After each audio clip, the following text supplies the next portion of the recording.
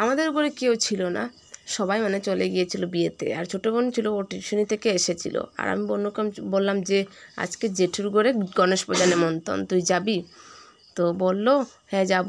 তো ওখান থেকে প্রসাদ খেয়ে মানে অল্প সময় গল্প করেছিলাম বসে বসে। তো ভাইও এসেছিল, আমার তো ভাই। তো বললাম চলো লঙ্কা যাবে গণেশ পূজাতে, তো রেডি সেডি হয়ে। Hello everyone.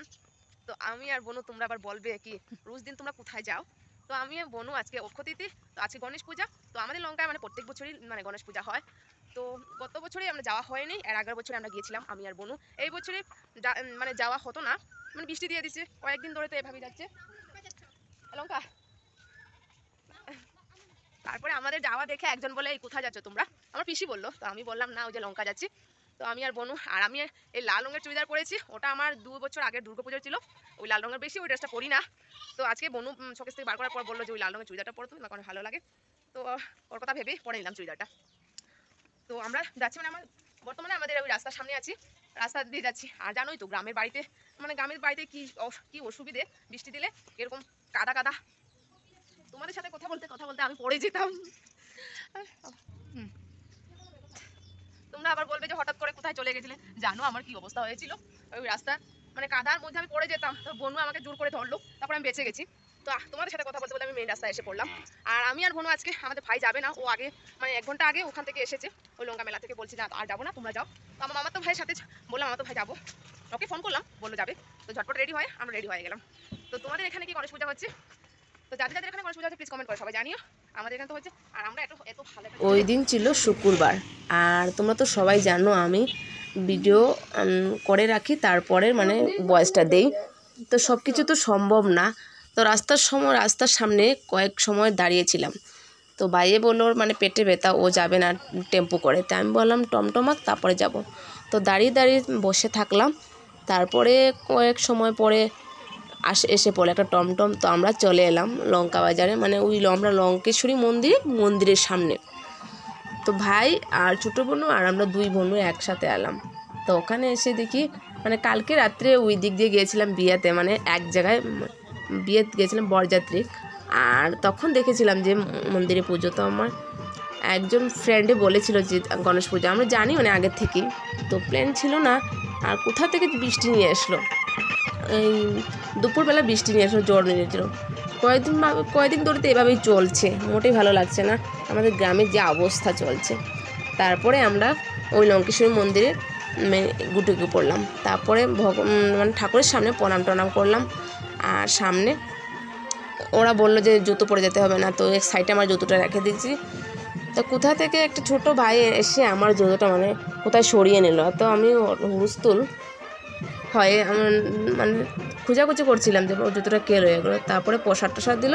তারপর প্রসাদ নিয়ে বনুর ক্যামেরা করছে, বনুর জন্য আমি 1 মোচা প্রসাদ নিয়ে এলাম, কাগজের দেওয়া ছিল। তো এক জায়গায় বসে আমরা প্রসাদ খেলাম। আর ওই দিন মানে শুক্রবার দিন ওই লঙ্কেশ্বরী মন্দিরে তো জানো সবাই বিয়ে হয়। তো অনেক বিয়ে হয়েছিল, আমরা বউ জামাই অনেক দেখেছি। তারপরে কথা বলতে বলতে তারপরে সবাইকে বলো প্রথমে চলো খিচুড়ি খেয়ে নেই। তো বনু সবাই একসাথে, আর ওখানে কিন্তু অনেক ভিড় ছিল খিচুড়ি খাওয়ার সময়, আর গরম গরম খিচুড়ি। তো সবাই একসাথে খেলাম, কয়েকবারটি খিচুড়ি খেয়েছি। আর ওখানে সিস্টেমটা অনেক কিন্তু ভালো ছিল, জল দিয়েছিল, তারপরে ঠান্ডা ঠান্ডা জুসও দিয়েছিল খাওয়ার জন্য। তো হাত ধোয়ার সুবিধাটা সব কিছু ভালোই ছিল। তারপরে খেলাম, খাওয়ার পরে ওদিক তাকিয়ে তারপরে বনু মানে ছোটো মানুষ তো ওই দিক কোথায় আবার হেরে যায়। তো ভিড়ের মাঝে প্রথমবার এসেছে তো আমাদের সাথে, আমাদের মায়ের সাথে যায়, আমাদের সাথে তো যায় না। তারপর আমি বললাম বনু একা, তারপরে আমাদের সাথে চলে আয়। তো মানে ফুর্তি হলো যে দিদি আমাকে নিয়ে যায়, মানে কোথায় নিয়ে যায় না তাই না। তারপরে আমরা ওই যে মন্দিরে বিয়ে হয় লঙ্কেশ্বর মন্দির, ওই মন্দিরে গেলাম। ওখানে গিয়ে দেখি একদম মানে বিহারি যে মানুষ, ওদের বিয়ে হচ্ছে। তো আমিও ভিতরে ঢুকলাম, আর বনু বললাম চলো যাই ওদিকে প্রণাম টনাম করে আসি আর বউ জামাই দেখে আসবো। তো ভিতরে ঢোকার পর এত ভিড়, বাবারে বাবা, কিছু দেখাও যাচ্ছে না আর বোঝাও যাচ্ছে না। তো বনুকে বললাম প্রণাম টনাম করে নিয়েছি, তো বাইরে বেরিয়ে এসে তখন দেখব। তারপরে এসে পড়লাম বাইরের দিকে। আর বনুকে বললাম আমার চপ্পলটা জুতো চপ্পল তুই দেখবি কিন্তু দেখার জন্য। তো বিয়েটি শেষ হলো, তারপরে আমরাও বেরিয়ে পড়লাম। তখন দেখি বউ জামাই বিয়ে শেষ ওখানে বসে রয়েছে। তো তো তাদের লোক ছিল, অনেক ভিডিও সিডিও চলছিল, তা আমরাও বেরিয়ে পড়লাম ওখান থেকে। তারপরে বনুকে বললাম, বনু চল না আরেকবার যাই, জায়গাটা প্যান্ডেলটা অনেক সুন্দর হয়েছিল কিন্তু। আর তারপরে ফটো উঠলাম, ভিডিও 2-1টা করলাম। আর ওই খোঁজাখুঁজির সময় আমার মামার তো ভাই কোথায় কোথায় চলে যায়, মানে ওকে খুঁজে পাওয়া যায় না। তারপরে বাজারের দিকে এসে পড়লাম, ভাবলাম খিচুড়ি টিচুড়ি খেয়েছি তো কিছু তো খাওয়া যাক। তো হোটেলে এসে দেখি মানে কিছুই নেই। তারপরে ভাবলাম কিছু রসমালাই খাই। তারপরে ভাইয়াকে বললো, না আমার গলা ব্যথা, খাবো না। তারপরে বললো সবে যে বস্তু সবাই খায়, তারপরে আমরা সবাই একসাথে মিলে খাবো। তারপরে সবাই মিলে সিঙ্গারা খেলাম। আর বনুর খাওয়ার অবস্থা দেখো কীভাবে খাচ্ছে। তো গাইস পূজা থেকে তো এসে পড়লাম, আর যাওয়ার সময় ঠাকুমা বলেছিল যে আমার জন্য প্রসাদ নিয়ে আসবে। আর ওখানে অনেক খিচুড়ি, মানে আয়োজনটা অনেক বেশি, আর এখন রাত হয়েছে আর লোকজন অনেক বেশি, তাই আমি 3 বাটি এই যে খিচুড়ি নিয়ে এসেছি আমার ঠাকুমার জন্য। তো ভাবছি ড্রেস খুলে নেই, তারপর ঠাকুমাকে দেবো মানে খাওয়ার জন্য। আমার তো বুড়ো হয়ে গেছে, তো আশা করেছি দেওয়ার জন্য। আমি যে কোনো জায়গায় যাই তো উনি যদি বলেন তাহলে আমি আনি খাওয়াই। আমার কোনো লজ্জার বিষয় না, প্রসাদে আনা। এই কি বল, কি বলছি কি না গো, ভাই সে বললো কি লজ্জা করে নেই খিচুড়ি নিয়ে? আমি বলছি না, কোনো মোটেই আমার লজ্জা লাগেনি, মহাপ্রসাদে।